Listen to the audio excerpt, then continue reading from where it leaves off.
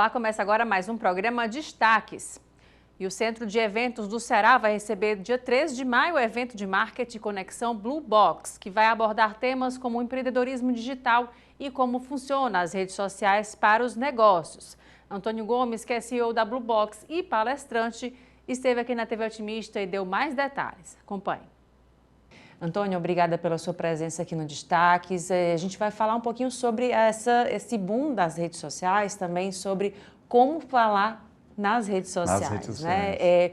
Como é que é isso? Tem que ter uma preparação, a pessoa tem que ter dom. Como é que é isso para a gente que está assistindo, né? Para quem está assistindo, algumas dicas relacionadas a isso? Olha, quem trabalha com a rede percebeu que antes da pandemia nós tínhamos um padrão. Quanto mais perfeito você se apresentava, mais audiência você conquistava. Na pandemia, esse padrão de perfeição, ele caiu pela realidade, pela necessidade que a pessoa estava vivendo atual. Ela cansou de ver fotos bonitas. Ela cansou de ver a vida perfeita que não existia. Então, a partir daí, ela queria ver a realidade. Como era você sem filtro, como era você em casa, se você varria chão, se você fazia o normal da vida. Essa necessidade fez com que a plataforma reagisse. Então, o que é que mundialmente as plataformas fizeram? Se preocuparam com a saúde mental das pessoas.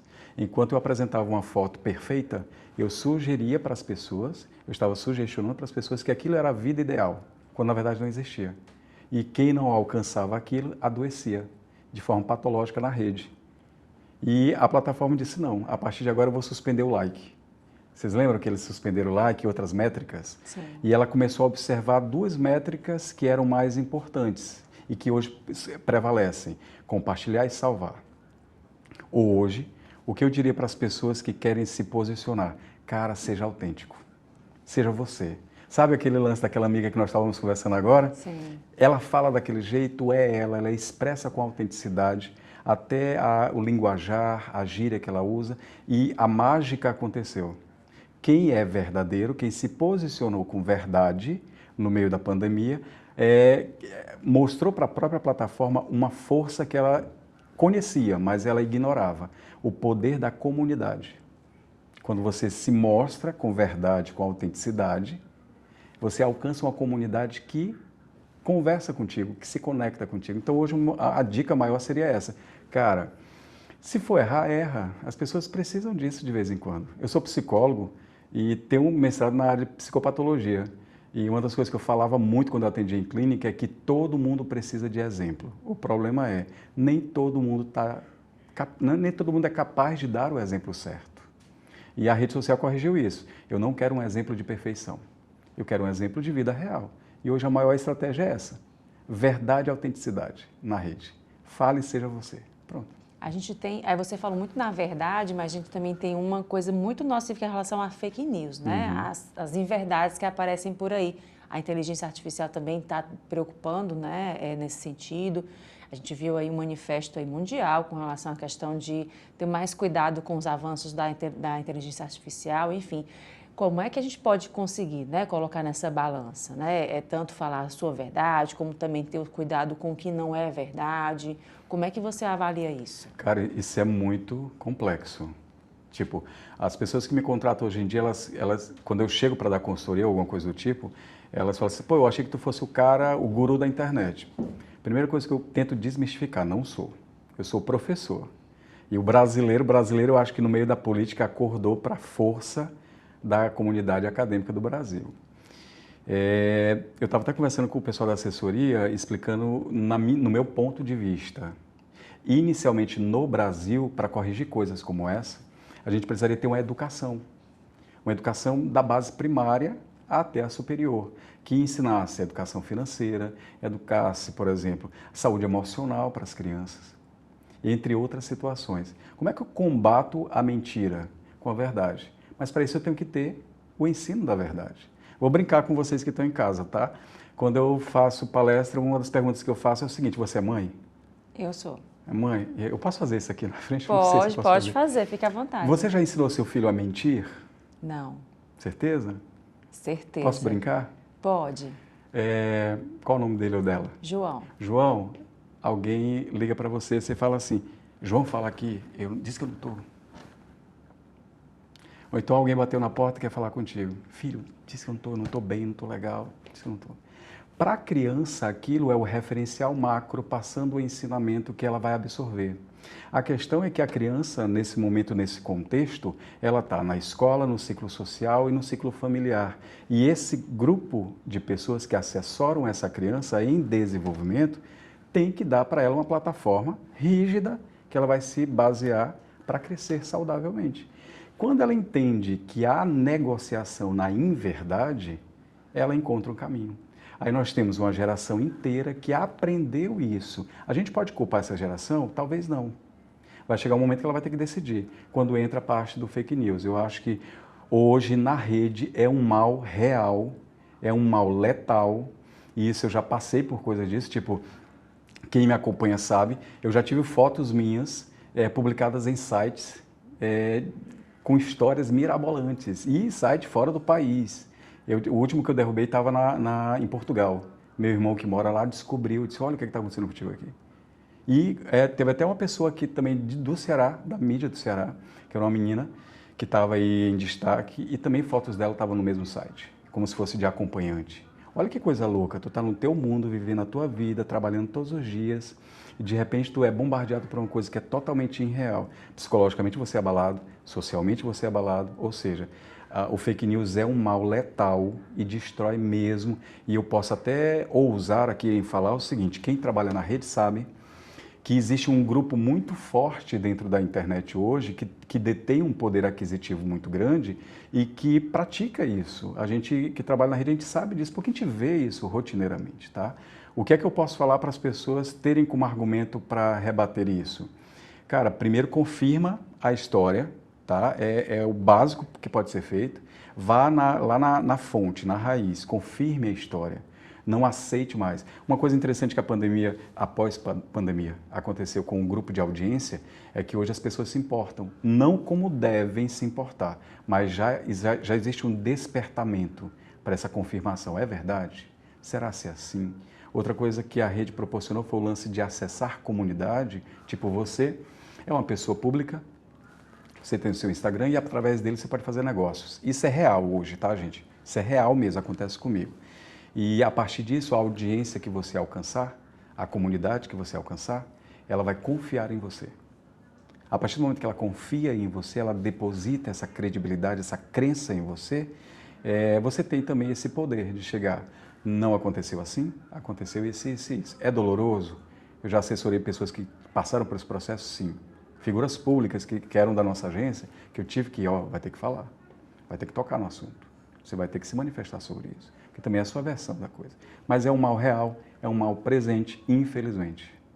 E aí, nesse caso, a gente falando, aproveitando tua presença aqui, super enriquecedora, a gente tem esse caso das escolas também, né? Que está abalando todo mundo, criando uma onda aí de pânico, né? E muitos estão se pedindo para não compartilhar informações que recebeu, porque muita gente, a gente sente isso, né? Recebe no WhatsApp, repassa para um grupo da família, um grupo da escola, enfim, sem aquela checagem, né? E acaba, por receio, por medo, cria aquele pânico generalizado. A gente também tem a questão da não fiscalização direta, né? Às vezes as plataformas estão meio que dizendo, não, tem um termo de compromisso ali, não vou passar disso, né? Então, como é que a gente consegue fazer com que as pessoas identifiquem, né? Parem de... segure o dedo naquela hora de compartilhar para alguém da família, enfim, e também confie, né? Que as redes sociais possam também se responsabilizar nesse sentido. Porque é difícil, às vezes, você tem uma postagem que você denuncia aquela postagem, né? Que a gente sabe que ela não está bacana, de violência, o que for, mas a plataforma não tira, né? E outras, por exemplo, de aleitamento materno que eu já vi, uma campanha de aleitamento materno por mostrar o seio, aquela campanha retirada do ar. Entre outras, né? Além do aleitamento, Isso. a gente tem outras aí que eu questiono muito, mas por que tirou do ar? Cara, a primeira regra é o seguinte, que eu vou falar diretamente para você que está em casa. Quando você espalha a notícia, você causa o efeito que o agressor necessita. Muitas das pessoas que causam essas agressões, elas necessitam de visibilidade, ou para chamar a atenção para um problema interno que ela tenha, ou para manifestar alguma coisa que ela acredite enquanto regra de vida, ou qualquer outro traço patológico que ela tenha na cabecinha dela, tá? Aí vai desde um psicopata, esquizofrênico, enfim, teria vários casos que a gente poderia fazer. Primeira coisa, quando você propaga isso, você dá o que ele quer. Então, não propagar é conter. Ah, mas talvez você se sinta injustiçado, tipo, mas é uma coisa que eu quero falar sobre. Cara, aproveita a tua rede, vai lá no Instagram, fala, mas também de forma ponderada. Por quê? Vocês já perceberam que agora, quando eu publico um vídeo, que ele tem um teor agressivo ou qualquer outra coisa mais pesada, a plataforma bloqueia. Para que eu assista o vídeo na tua página, seja como for, eu tenho que clicar lá e autorizar a própria plataforma me mostrar. A gente vê muito isso nesses canais de notícia. Tá? Então, a partir desse momento, ela entende que aquele usuário quer saber daquilo. Então, ela está autorizada a fazer daquela forma. É uma forma também da plataforma se resguardar política e juridicamente. Tá? Com relação a grupos de WhatsApp, não sei se vocês sabem, gente, o Brasil hoje, ele estava em segundo, desceu para terceiro. É o terceiro país que mais consome redes sociais no mundo. O WhatsApp e o Instagram, agora o TikTok também subiu, são as redes mais acessadas no mundo. Quando eu pego esses dois dados, eu entendo, o brasileiro acessa 3 redes. Todo dia ele vai acessar isso, todo dia ele vai fazer alguma coisa com isso. A rede que mais propaga fake news hoje, infelizmente, é o WhatsApp. É o WhatsApp. Então, quanto mais você compartilha, quanto mais você faz, você potencializa o efeito destrutivo daquela informação. Ah, mas é verdade que o cara entrou lá na creche e fez o que fez. É verdade, mas pense assim, de 100 pessoas que tu conhece, talvez 90 sejam adolescentes.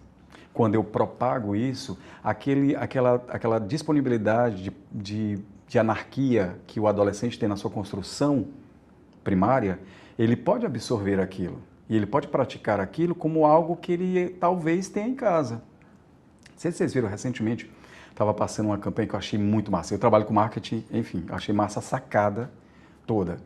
Mostrava cenas da vida contando uma história. E no meio o cara inseria um fato. Olha, foi nesse dia que ele empurrou ela. Foi nesse dia que ele beliscou ela, maltratou ela.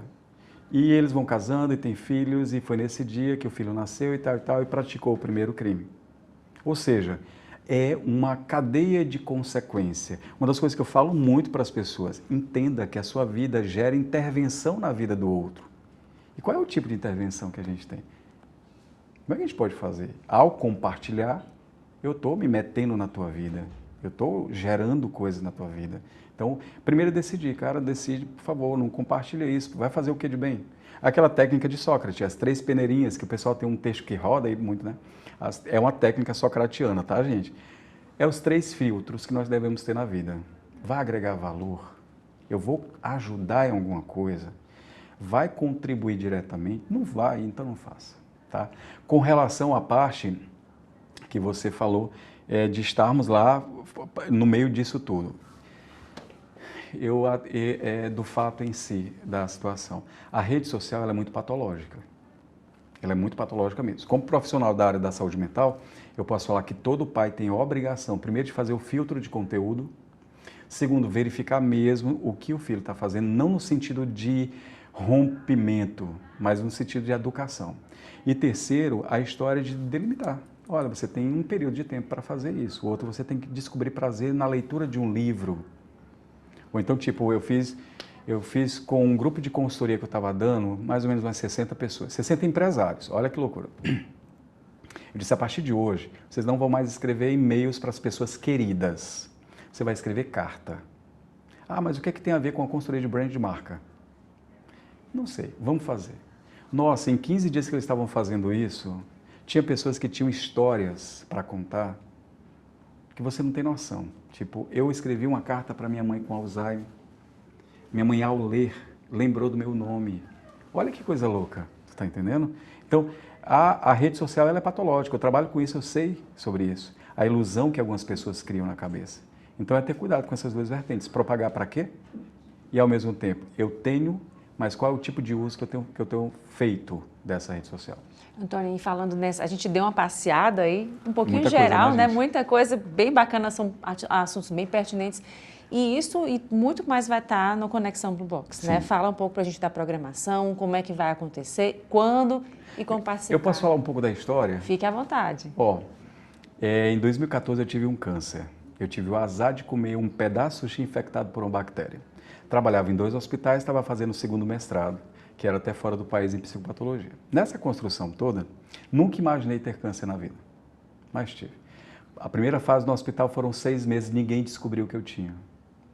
Então ninguém conseguia saber o que eu tinha. Quando um amigo meu indicou uma hematologista, que um anjo da guarda na minha vida, me acompanha até hoje, e ela conseguiu descobrir, fez alguns exames, conseguiu descobrir tudo, e um dos médicos chegou para mim, era meu professor no mestrado, e ele chegou para mim e falou assim, olha, eu te conheço, eu vou fazer uma coisa que não é ética, mas é porque eu me sinto como se fosse um pai teu. Eu já dei aula nos 2 mestrados que você fez, na tua graduação, e eu me sinto íntimo para falar isso. Volta para casa. O tipo de câncer que você tem, na época eu tinha, ele mata em média de 6 a 12 meses. Eu sou cristão, eu sou da igreja, não de forma tão fanática, mas enfim, estou lá na igreja e eu amo muito a Deus. Na hora eu fiquei com medo de fazer um voto com Deus, que a maioria dos homens não conseguem cumprir. Eu disse, Deus, eu não vou te prometer nada. Mas se eu sair dessa, eu vou tentar ser uma pessoa melhor. Saí. Cheguei em 2014, 15, 16, 17, 18, 19, comecei a trabalhar, tinha parado, já tinha uma empresa na área de educação. Fali total, gente. Uma das maiores experiências da minha vida, que eu agradeço muito a Deus. Fali total. Já tinha a Blue Box, que a Blue Box nasceu de uma necessidade da minha primeira empresa. Vocês são jovens, vocês não vão lembrar dessas coisas. Era uma época que o Orkut estava saindo do país. Eu lembro. E o Facebook estava entrando. Sim. E naquela época, a meninada que trabalhava comigo no comercial da primeira empresa conseguia vender aulas, cursos, para eu lecionar no país inteiro. Tipo, antigamente, naquela época, trabalhar com um ticket de 300, 500 reais era muito difícil. E eles conseguiam formar turma de 700, 800 pessoas. Tipo, em São Paulo, dar aula para 2.800 pessoas. Na Bahia, que foram quase 8.000 pessoas em salas. Vendendo pela internet só pelos grupos do Facebook. Aí eu, como empreendedor, na época eu falei assim, cara, isso pode dar rock. Estava doente, em casa. Comecei a estudar, fazer curso, estudar, ler sobre o assunto, estudar e tal, e tal, e tal. Por conta do tratamento, parei total, tive falência total mesmo. E um dia, gente, é louca a história, viu? Fui despejado, tive que passar 2 dias na rua, foi muito louco. E alguém me acolheu e estava nessa casa chorando um dia no terraço, quando alguém que trabalhou comigo ligou para mim e falou assim, professor, posso ir ver? Eu com vergonha disse, não, vou. A menina ficou num gradeado do portão, na rua, na calçada. Eu fiquei na outra gradeada e a gente foi conversando de lá, porque no meio da pandemia, com medo, fazendo tratamento. Vamos ter uma ideia aqui, porque a gente trabalha com esse meio. O digital está crescendo mais ainda, o senhor viu. Foi um período que a gente trabalhou muito com a Blue Box, não tinha nem nome nessa época. Essas 2 que estão me acompanhando aqui me ajudaram a escolher o nome da empresa. E naquela época nós tínhamos uma ideia. Sou formado em recursos humanos inicialmente, psicopedagogo, especialista em comportamento humano, psicólogo, mestrado em educação, mestrado em psicopatologia. Vamos dar assessoria para professor na internet. Vamos dar consultoria para eles, mentoria. A maioria não sabe formar aula digital. Beleza. Em 5 dias, nós já tínhamos uma prefeitura com mais ou menos 280 para 300 professores, pagando um valor por semana por cada professor. Tipo um valor de R$58. Pô, faturamento massa. Em 3 meses, eu já tinha mais ou menos 8 prefeituras com um número de 300 a 500 professores cada, pagando o mesmo valor por cabeça por semana. Eu estava trabalhando praticamente 24 horas por dia, mas felicíssimo. Em 3 meses eu tive um faturamento que eu jamais imaginei. E em 1 ano, quando eu vi parado na conta assim mais de 3 milhões de reais, eu disse, pô, caramba, isso dá certo. E quem teve ou conhece alguém que teve câncer, você sabe que é uma experiência dolorosa. Eu costumo dizer que ninguém morre de câncer. As pessoas morrem de 2 coisas: desinformação e falta de assistência. Porque o câncer é urgente. Se você precisa de uma medicação ou de um exame, é para agora, não pode esperar. Nessa construção toda, eu disse, achei meu propósito de vida, eu vou ajudar pessoas. Já tinha muita questão do cristianismo e muita questão do voluntariado. Sou voluntariado desde muito tempo da minha vida. Eu disse, vou fazer isso, eu quero ajudar pequeno empreendedor. Quero ajudar pequeno empreendedor. Em 2020, eu tinha um faturamento absurdo, mas eu não tinha a liberação da médica nem para sair de casa. Eu tive um projeto, que as meninas até trabalharam comigo, com o governo do estado. Foi um projeto também doido. O governo do estado tinha um evento que era mais de 15, 17 anos, presencial na Praia de Iracema, voltado para turista no meio de julho. Virou para a gente e falou assim, ó, vocês estão se destacando aqui em Fortaleza, a gente quer o mesmo evento, digital pela primeira vez, só que a gente quer um evento de 10 dias. Gente, quem trabalha com meio digital sabe disso. Quem é que iria fazer um evento digital de 10 dias? A galera naquela época fazia no máximo de 3 dias, 5 dias no máximo. Eu disse, cara, isso não dá certo. Bati, não. Quer de 10 dias? Vamos fazer 10 dias. O faturamento em média do evento presencial era de 300 a 700 mil reais. O governo do estado vira para mim assim, olha, faz o seguinte, traz pelo menos 300 mil a mais de faturamento no digital. Eu disse, beleza. Montamos toda a estrutura, toda a estratégia. Montei 3 estúdios para fazer a transmissão do evento ao vivo. Montamos um e-commerce para mais de 5 mil artesãos do estado inteiro, junto com a Federação das Pequenas Empresas, a FEMICRO, e a Comicro também. E foi muita coisa ao mesmo tempo. Em 7 dias de evento, a gente já tinha batido mais de 1.300.000 de faturamento. O governo do estado disse assim, pode assinar o contrato com eles por mais 3 anos. Eu disse, calma, eu quero encontrar e formatar isso. No Brasil, existe um evento que é uma formatação de um evento americano e que hoje é o maior referencial de evento. Como nordestino, me incomoda muito a ideia do pensamento brasileiro de achar que o Nordeste é aquela terra carente e é muito escassa. É aquela terra miserável, quando na verdade aqui dentro, você sabe, nós temos tesouros gigantescos. Eu digo, cara, eu quero fazer alguma coisa para botar o Nordeste na rota do mundo digital. O que é que eu vou fazer? Soube do evento, aconteceu em 2020 a edição digital, assisti todinho, estudei, consegui encontrar os contatos dos cabeças. Chega 2021, recebi a alta do tratamento, a primeira coisa que eu faço, peguei uma parte da minha equipe, fui lá para Belo Horizonte, onde esse evento é feito. Eu disse, nós viemos aqui não para nos divertir, foi para aprender e estudar. Todo mundo que eu pude conversar, eu conversei, minha equipe conversou, estudando como é que os caras pensaram um projeto para executar, para o pequeno empreendedor. Voltando a dizer, pelo fato da vocação, sabe? Do motivo real, do propósito real. Como empreendedor, não tive ninguém que falasse para mim assim, eu vou pagar esse curso para você fazer. Eu vou arranjar essa linha de crédito para você. A gente tem que mostrar valor para depois ser valorizado. E o pequeno empreendedor, ele rala todo dia.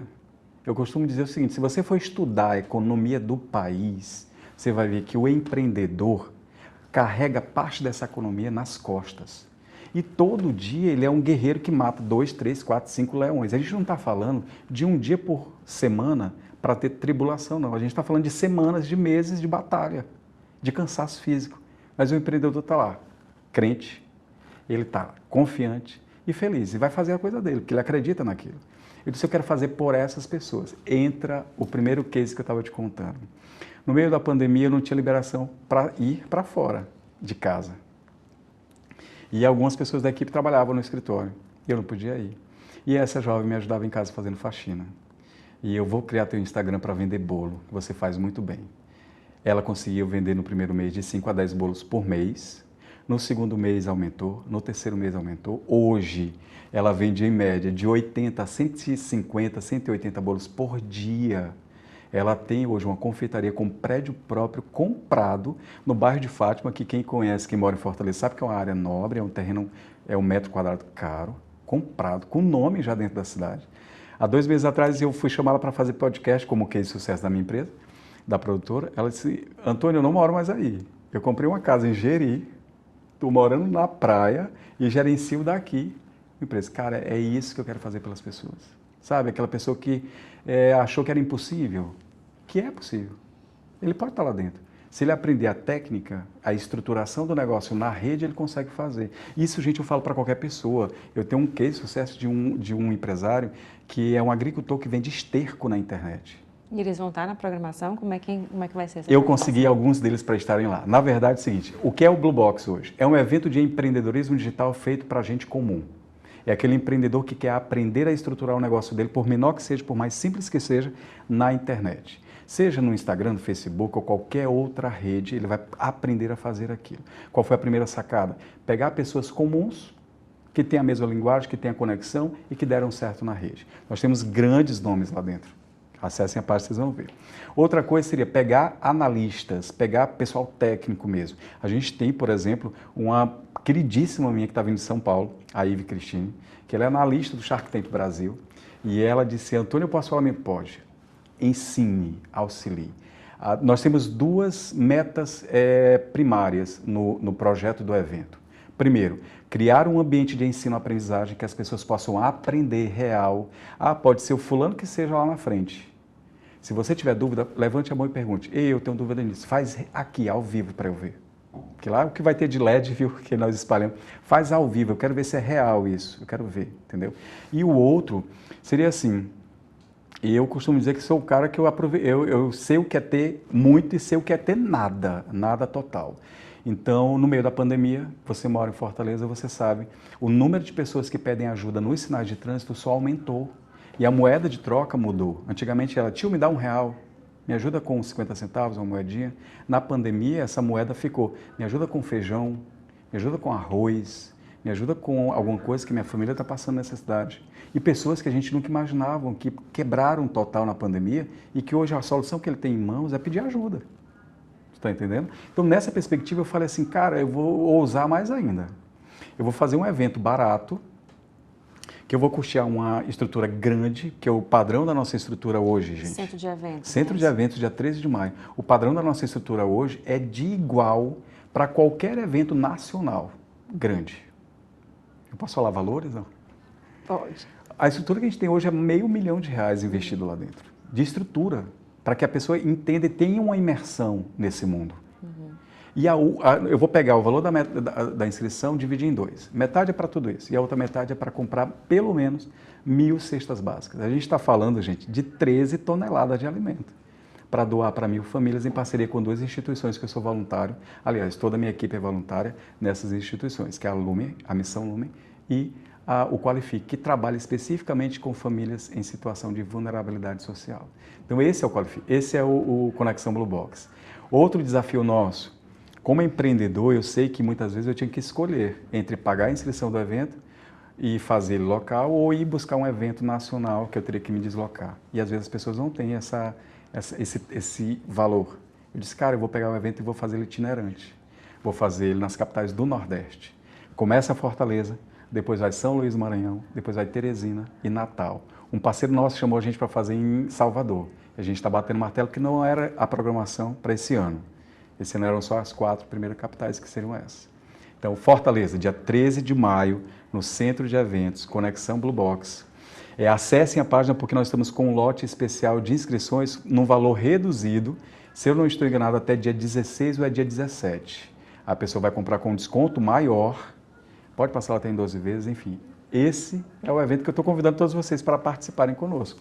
E para saber mais informações, como é que faz? Vocês nas redes sociais, como é que encontra? O perfil da produtora nas redes sociais, tá? É Blue Box CE, lá no Instagram, como no Facebook e no TikTok também. O site do evento é conexão.blueboxce.com.br. Lá no Instagram, como no Facebook e TikTok, tem o link já da página do evento.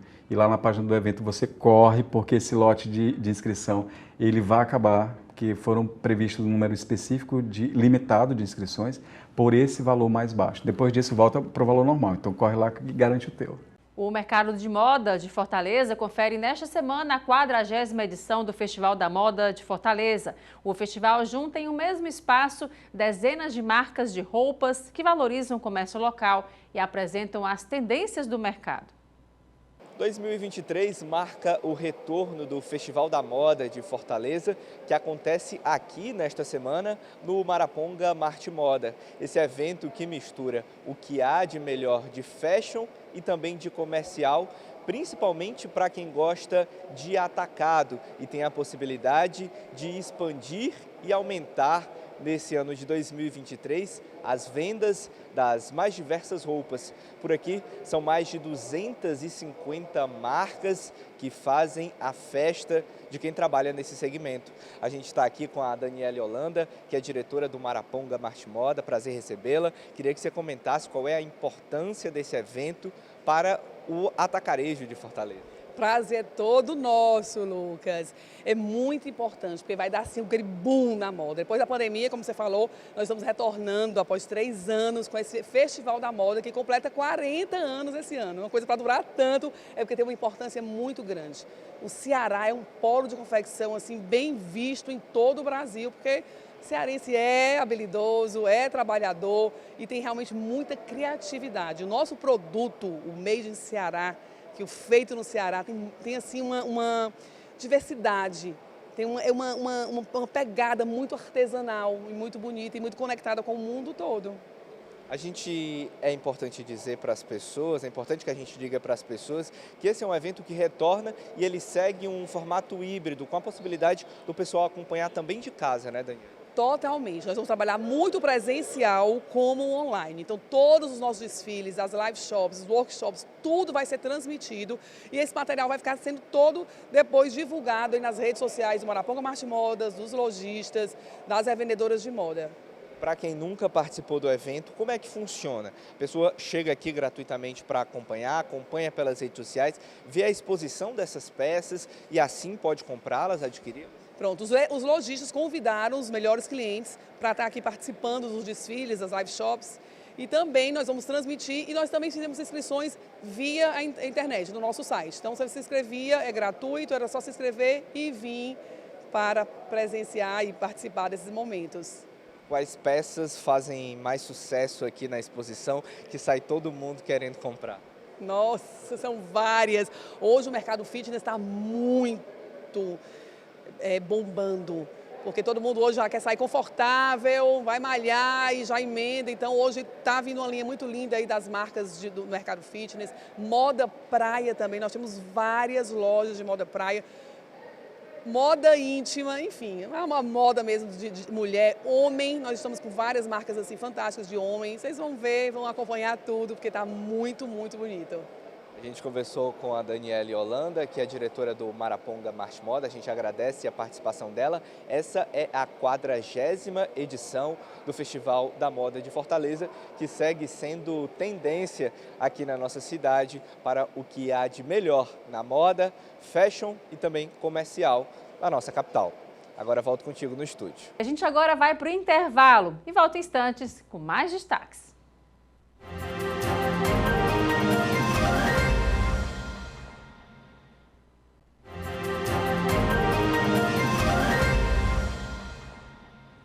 Estamos de volta. O Grupo Fornecedora vem se consolidando há 6 décadas como referência no setor de produtos e serviços para a construção pesada, a indústria, o setor rodoviário e a agricultura. Sobre as ações do grupo, eu conversei com Átila Ferreira, gerente comercial da fornecedora Engeloc, que esteve aqui na TV Otimista. Acompanhe. Para falar um pouco sobre as ações do grupo também, mais especificamente com relação à logística. Explica para a gente como é que é essa atuação de vocês. Pronto. A fornecedora, ela é um grupo aí de mais de 65 anos.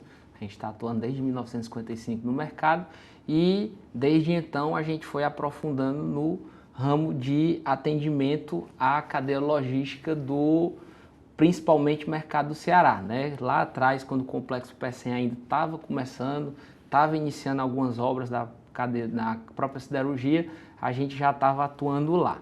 Hoje a gente atua especificamente lá dentro do porto, no Pátio de Granéis. A gente faz toda a movimentação logística, prestando serviço para os operadores portuários. A gente não é operador portuário, mas a gente presta o serviço logístico, desde a questão da mão de obra e o próprio equipamento. E também a gente trabalha na ponta das próprias indústrias. As indústrias que recebem esses granéis do porto, a gente atua lá dentro daquela logística, no complexo do Pecém. A gente atende as cimenteiras, as indústrias químicas, a siderurgia, que é os 3 polos. Temos algumas operações pequenas lá dentro da Aeris Energy, que a gente prestou alguns serviços na parte de locação de equipamentos específicos e aí a gente consegue abranger aí todo o segmento, desde a locação de equipamento ao fornecimento de mão de obra para logística interna dentro das indústrias que atendem o complexo portuário do Pecém. A gente tem, muito se cresceu ali, né? O Pecém como era antes, para o Pecém de agora, um desenvolvimento muito grande que aconteceu, né? Então, assim, como é que tem sido esse trabalho de vocês? Acredito que cada período que se chega lá é uma intensificação do trabalho de vocês, aumentando cada vez mais o número de empresas. Bom, o Pecém em si, a gente olha muito nas grandes indústrias, só que lá dentro, a gente olhando para dentro do micro, ela é um polo gerador absurdo de empregos, direto e indireto. A fornecedora, especificamente hoje, ela emprega aí em torno de 150 a 180 pessoas que atuam diretamente no polo do Pecém. Mas em toda a nossa operação a nível Nordeste, a gente já tem mais de 400 colaboradores, né? Entre operadores, mecânicos, supervisores, gestores, enfim. No Pecém específico, a gente, por ser prestador, a gente é uma formiguinha ali quando você trabalha ali dentro de uma siderúrgica, mas assim, quando você olha o que gera de emprego indireto lá dentro, vou dar um exemplo, na própria CSP. Na CSP você tem a gente atuando lá dentro na movimentação logística de alguns pátios de matéria-prima, a gente tem o fornecedor que ele faz recuperação industrial, lá dentro, vai fazer uma pintura de algum equipamento que está precisando ser recuperado, ele vai prestar um serviço de transporte, a questão dos locadores de ônibus, locadores de van. Então, assim, lá dentro, quando você olha, você não pode olhar especificamente só o que está lá dentro, que basicamente o Brasil todinho é interferido diretamente na geração de emprego dentro do polo do Pecém. Então, assim, a gente enxerga que atualmente ele é um braço forte, o Ceará depende muito daqui dali, ele é uma economia que estabiliza, porque a produção industrial vem de lá, é algo que é mais para longo prazo. Querendo ou não, nos últimos anos a gente está muito fraco da construção civil, que é o que vem movimentando o país basicamente depende da construção civil, então a gente está meio parado desde 2014, não vem um avanço, e aí esses investimentos no complexo do Pecém, ele faz com que a gente tenha uma esperança de, nos próximos anos, o Estado finalmente decolar, né? Basicamente a gente tem a questão do investimento no hidrogênio verde, a gente tem um plano de ser um hub, né? Isso vai trazer muito investimento para a própria fornecedora que trabalha diretamente com logística. É interessante porque essa cadeia de geração, apesar de ser uma coisa verde, né? Você não linka equipamento a diesel, a algo verde, mas a cadeia produtiva precisa desse equipamento, precisa dessa prestação de serviço e a fornecedora tem tudo para poder contribuir com esses próximos anos investidos. O governo aí tem um plano de investir mais de 2,2 bilhões, né? Participações públicas privadas nos próximos 5 anos. Então isso é obra, se é obra, a fornecedora está podendo participar aí e contribuir com a economia do Estado. Pois é, Átila, você falou uma coisa importante, né? Que é esse futuro que está bem aí do hidrogênio verde, né? As expectativas são boas, o Estado desponta, localização ideal, né? A gente tem uma localização do Pecém, assim, fantástica. A questão toda do olhar dos investidores para cá também, né? Alguns protocolos já assinados de intenção. Então, é uma expectativa boa para o mercado como um todo, né? Toda uma cadeia que vai se beneficiar, né? Acredito que sim. O Ceará, em específico, quando comparado em toda a região do Nordeste, ele é um estado que sobressai. A gente tem a questão do mercado do Recife e da Bahia, que são mercados mais maduros, a própria Bahia, porque é uma divisa com o Sudeste, mas a gente tem o Ceará. Se você comparar os seus vizinhos, né, o Rio Grande do Norte não está numa situação tão grande, Alagoas, Maceió ali que é mais distante, Teresina, Piauí, a gente não vê um grande desenvolvimento e o Ceará se mantém numa linha contínua de crescimento, ele arrasta aí o desenvolvimento do Nordeste em si. A gente tem números positivos, a gente vê agora um grande crescimento nas energias renováveis no próprio estado do Rio Grande do Norte, mas se você parar para ver, toda a cadeia produtiva de abastecimento, de mão de obra, insumo e equipamentos vem do Ceará, isso é uma consequência aí de um trabalho forte que vem sendo feito e a gente consegue desenvolver e sobressair nesse período de crise. Apesar de a gente passar muitos anos difíceis aí, o Ceará ele não decolou, mas também ele não teve um declínio e não sofreu tanto aí com os impactos da pandemia que a gente teve aí nos últimos anos. E hoje a gente é, digamos assim, um exportador de tecnologia, mão de obra, trabalho para os outros estados do Nordeste. Você vê que a gente sempre está lá se sobressaindo e se destacando. E a fornecedora, no caso, está atuando basicamente também questão de tecnologia, né, de equipamentos de ponta. Como é que é essa preocupação de vocês nesse sentido? Atualmente, a fornecedora, posso dizer assim, que das empresas do ramo, ela é a única que trabalha em todo o pool de equipamentos que pode ser abrangido nesse segmento. A gente atua com equipamentos de movimentação de carga, com manipuladores telescópicos, empilhadeiras, a gente atua com manipuladores de sucata, que faz a movimentação dentro das siderúrgicas, a gente atua com caminhão que faz transporte, caminhão basculante, que presta serviço em minerações, que fornece insumos aí para a construção civil e para a indústria. A gente trabalha com equipamentos de linha amarela. Além do equipamento por si só, a gente tem um foco muito grande na parte de segurança e meio ambiente. A gente tem colaboradores em um setor específico que se preocupa com isso, fazendo teste de fumaça preta em todos os equipamentos para saber como é que está o grau de emissão de gases do equipamento. A gente tem a questão de programas sociais, que a gente visa manter a comunidade engajada. A gente tem programas, né, que ainda está bem pequeno, mas a gente está desenvolvendo, que é a geração de mão de obra qualificada para o nosso setor. A gente hoje tem uma dificuldade absurda de conseguir mecânicos, operadores, até por causa da tecnologia hoje em dia, né? Hoje é difícil você encontrar algum adolescente que queira trabalhar aí com a mão na massa. Então a gente vem se preocupando com isso e fomentando na própria comunidade, fazendo parcerias aí com as instituições que aplicam esse tipo de educação. A gente sempre está vinculado no meio para poder gerar essa mão de obra e garantir aí um emprego, digamos assim, uma garantia de trabalho futuro para aquelas pessoas que estão ao redor dos locais que a gente presta serviço, né?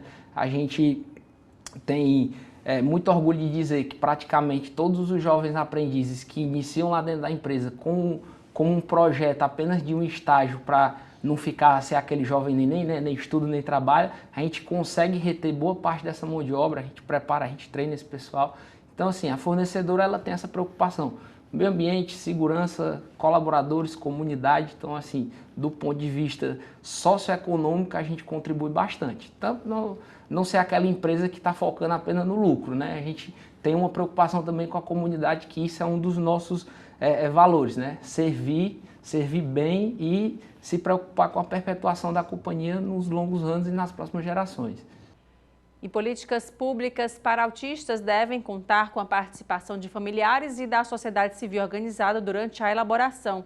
Isso foi o que defenderam os convidados da audiência conjunta das Comissões de Educação, Direitos Humanos e Assuntos Sociais do Senado na semana passada. O IBGE estima que há cerca de 2 milhões de autistas no Brasil. Essas pessoas possuem dificuldades relacionadas principalmente com a comunicação e a linguagem, o que impacta também na interação social. Durante a audiência conjunta da Comissão de Direitos Humanos, Comissão de Educação e Comissão de Assuntos Sociais, os debatedores discutiram políticas para ajudar esse público. Nossa maior esperança, talvez hoje, seja a criação dos centros de referência. Nós precisamos agilizar esse projeto. É no âmbito do SUS a criação de centros de referência. O que é centro de referência? É um local onde eu vou deixar o meu filho e vou poder ir trabalhar tranquilo e feliz, que ele vai ter o atendimento que ele necessitar ali. O atendimento de saúde, o atendimento de educação, o atendimento de terapias das mais diversas. Precisamos investir mais em pesquisa, estudos de caso, experiências que possam iluminar os conhecimentos sobre autismo. Eu acho que, além das universidades, as instituições especializadas precisam registrar as coisas e começar a mostrar isso para a gente poder criar padrões, criar indicadores com os quais a gente possa lidar. Representantes do governo destacaram a perspectiva de atuação dos ministérios. A gente tem agora como pauta prioritária no Ministério da Saúde, que é a expansão da rede da pessoa com deficiência. Hoje, então, a ministra Nízia traz isso como pauta, que é a gente expandir a rede de cuidados das pessoas com deficiência. Vamos fazer também seminários para escutar os diversos segmentos da sociedade, para pensar a modelagem de uma política que, de fato, responda às necessidades desse grupo. E, por fim, o monitoramento e avaliação da política. Não é possível você ter uma política pública de qualidade se você não tem indicadores claros dessa política. Nós precisamos que a sociedade esteja conosco. Nós precisamos que as pessoas com transtorno do espectro autista, que as suas famílias falem o que de fato precisam. Porque o direito das pessoas com transtorno do espectro autista é viver em comunidade, é viver nas suas famílias, é quando há necessidade de um acolhimento institucional, esse acolhimento institucional seja com dignidade, não seja nesses grandes abrigos com dezenas, centenas de pessoas, sem qualquer cuidado digno. Essa enfermeira possui o diagnóstico do autismo. Ela ressaltou que o Estado não está preparado para atender autistas adultos. Tem uma razoável rede de apoio, de suporte para a criança, mas qualquer depoimento de qualquer mãe que tem um filho acima de 16, 17 anos vai dizer que depois disso o filho recebeu alta do SUS. É assim que a gente chama, tá? A mãe não tem mais para onde levar esse filho. Se for um autista nível 3, severo, mutista, ele não aprendeu comunicação assistida, ele não tem o apoio, né, da tecnologia assistiva, porque isso não foi ensinado. Nós precisamos dar a chance dessas pessoas terem um mundo melhor, de todos nós que vamos ter um mundo melhor, dessas famílias. Esse verdadeiro sonho que está tão distante, não é, de inclusão, de acessibilidade no sentido amplo. Eu penso que há um clima bem favorável no Senado Federal para, em conjunto com a sociedade, como foi dito aqui, caminharmos, né, para concretizar aquilo que está na lei, né, quer dizer, transformar os direitos em realidade. Está previsto na lei, cumpra-se a lei. Agora a gente vai para o intervalo. Volta em instantes com mais destaques.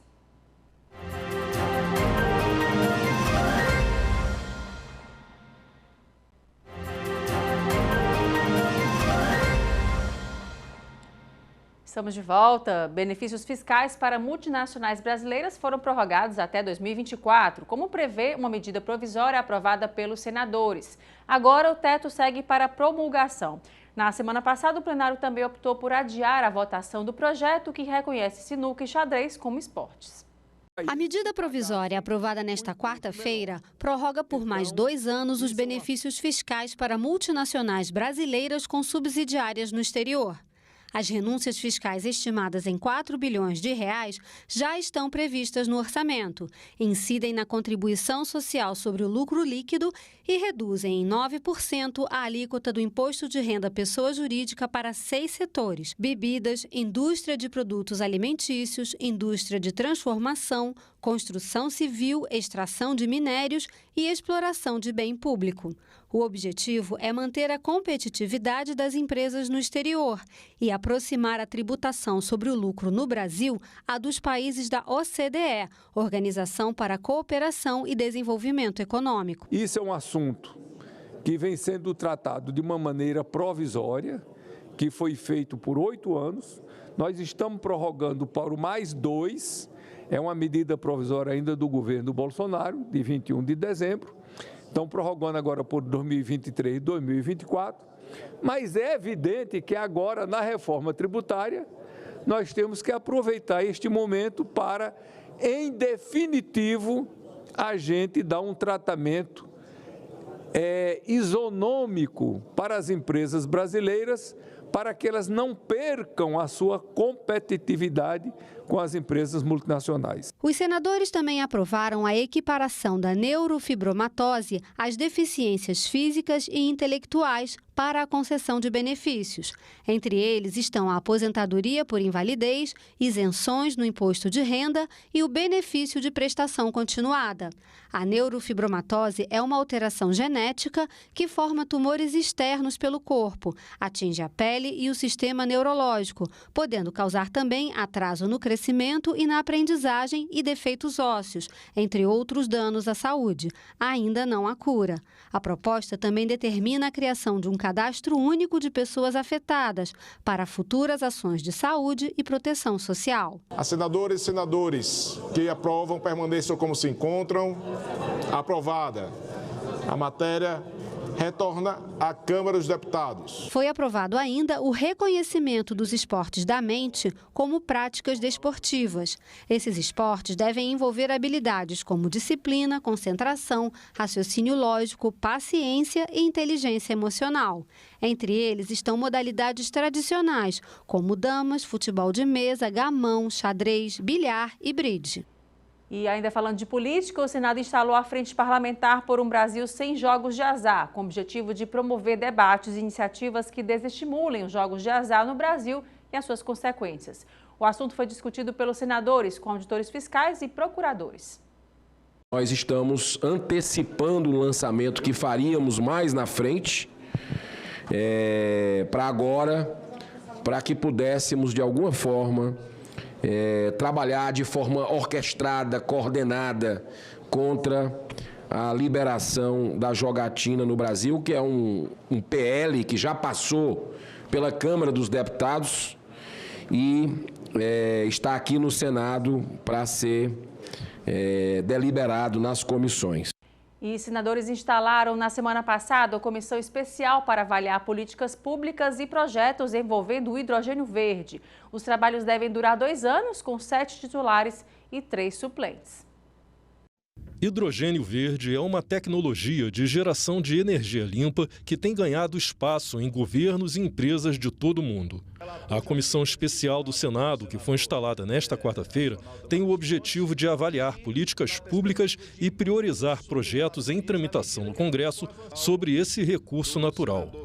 O trabalho tem previsão de durar 2 anos, com 7 titulares e 3 suplentes, sendo o senador Cid Gomes, o presidente, e Otto Alencar, o relator. Uma das principais finalidades dessa comissão é criar um marco legal, referência, para que investidores hoje já dispostos ou interessados no mundo, né, e no Brasil possam ter a segurança de fazer os seus investimentos. O hidrogênio verde é obtido pela técnica de eletrólise, que separa o hidrogênio da água por meio de fontes de energia renováveis, como a solar ou eólica, sem emitir gases poluentes. O Brasil ele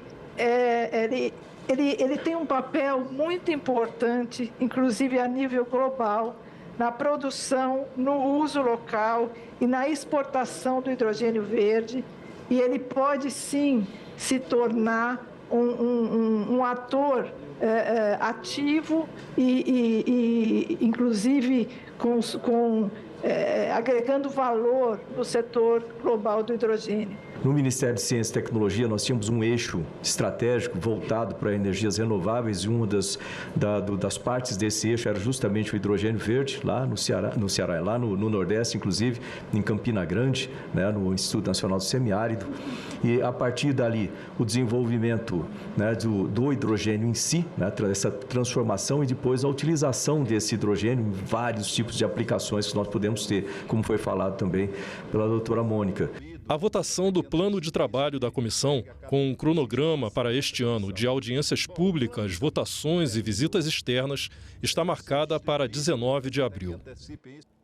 O Destaques fica por aqui. Obrigada pela sua companhia e até o próximo programa.